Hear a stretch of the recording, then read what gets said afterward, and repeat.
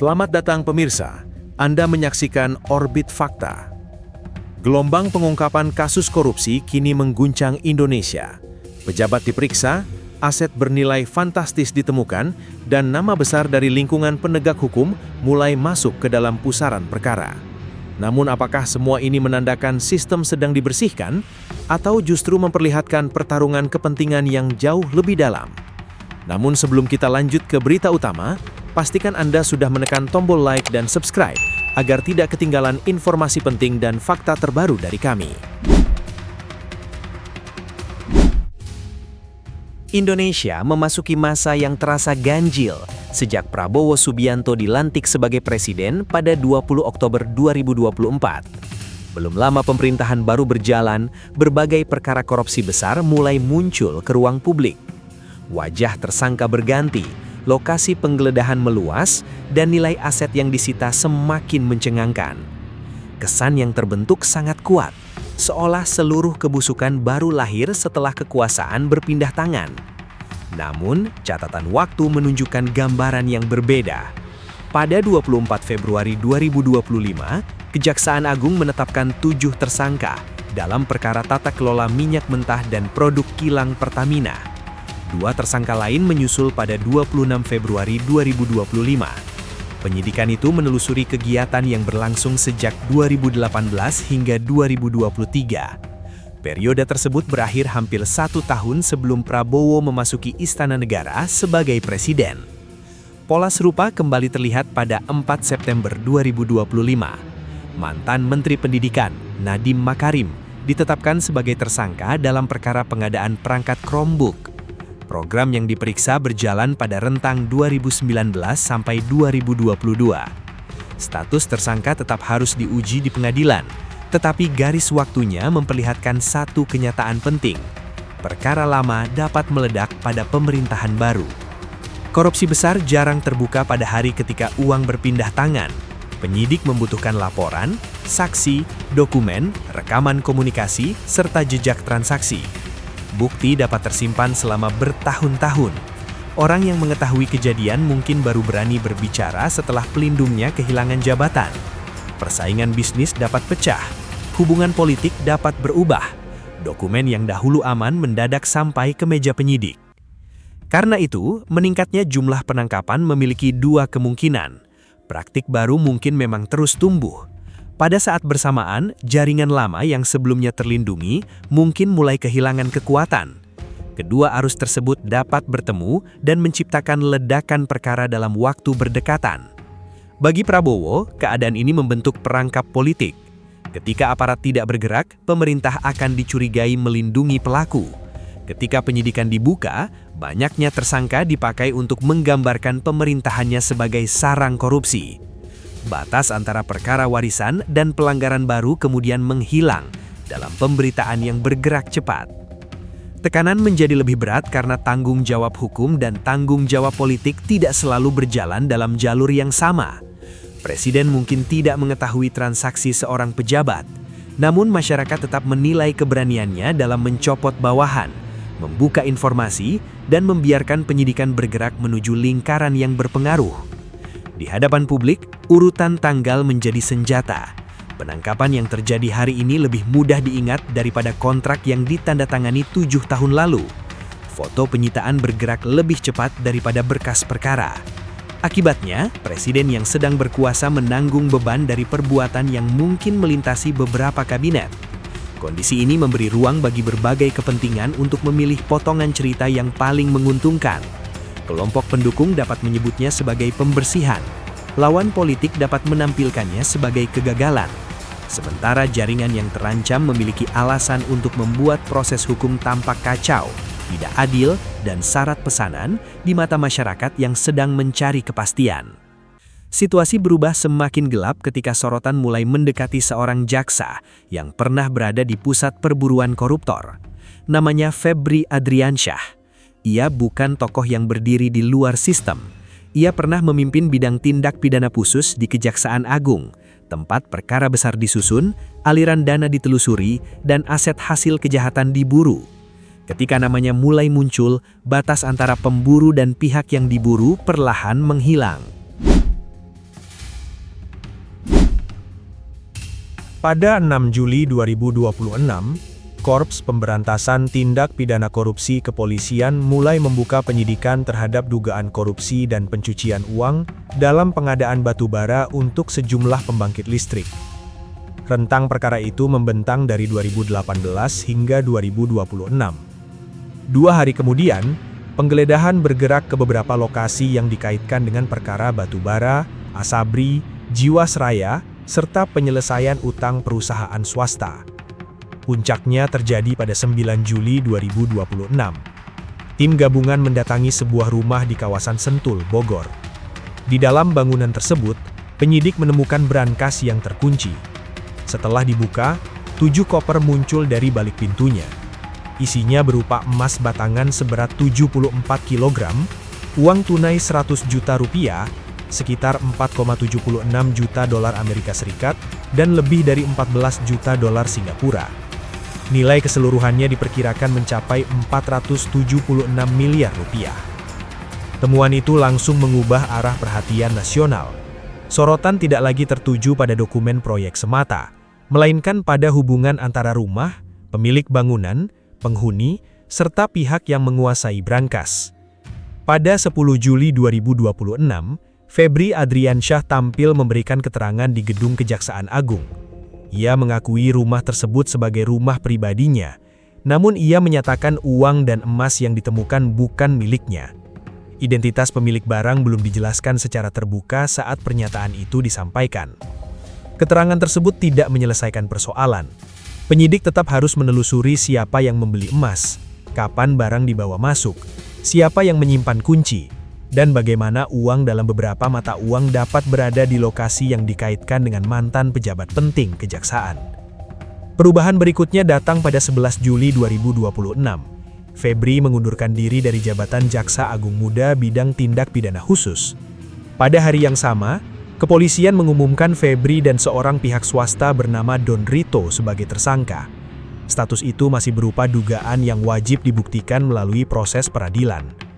Perkara kemudian diserahkan kepada Kejaksaan Agung. Langkah tersebut disebut sebagai bentuk koordinasi antar lembaga.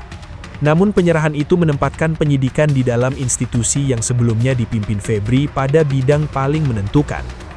Keadaan tersebut memunculkan tuntutan agar pemeriksaan dilakukan terbuka dan bebas dari pengaruh lama.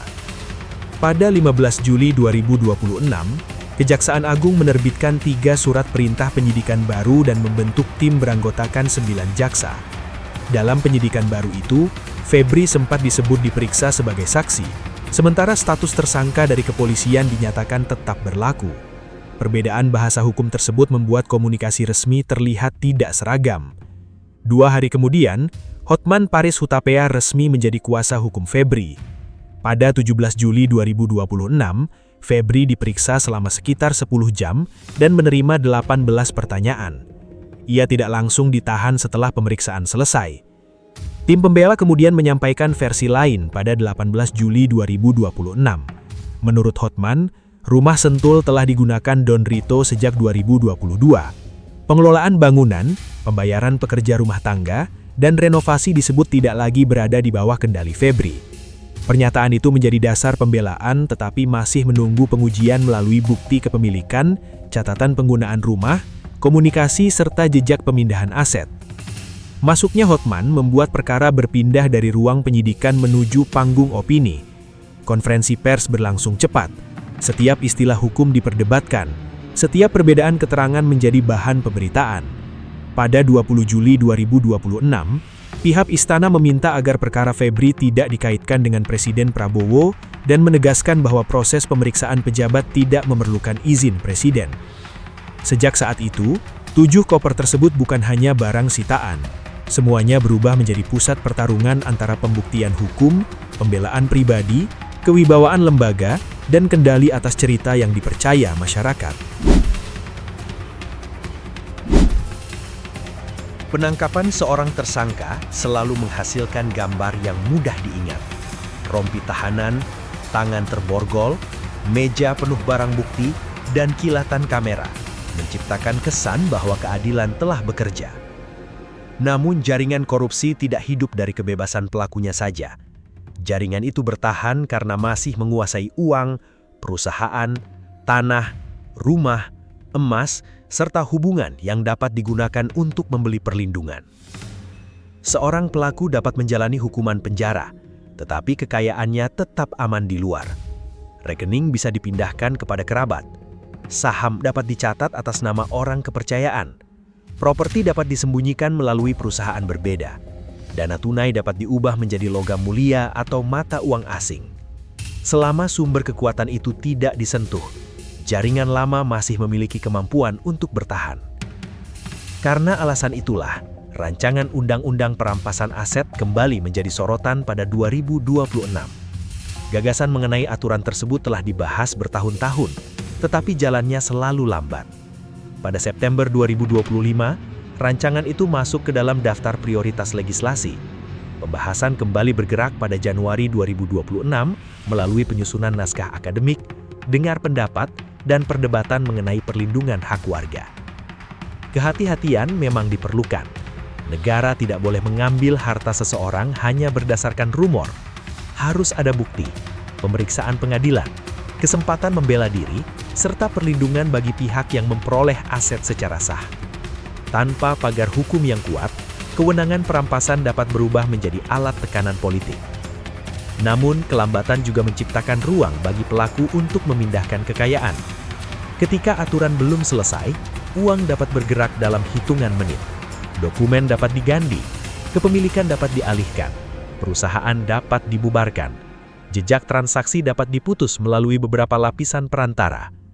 Jika undang-undang itu akhirnya disahkan dengan mekanisme yang kuat, ancamannya tidak hanya mengenai seorang tersangka. Pengusaha yang menjadi penyandang dana dapat kehilangan modal. Pejabat yang menyimpan hasil suap dapat kehilangan aset. Perantara yang meminjamkan nama dapat ikut diperiksa. Orang yang membantu menyembunyikan kekayaan juga dapat dimintai pertanggungjawaban. Teganan terhadap Prabowo kemudian bergerak melalui jalur politik. Ia tidak harus terlibat langsung dalam sebuah transaksi untuk menanggung akibatnya.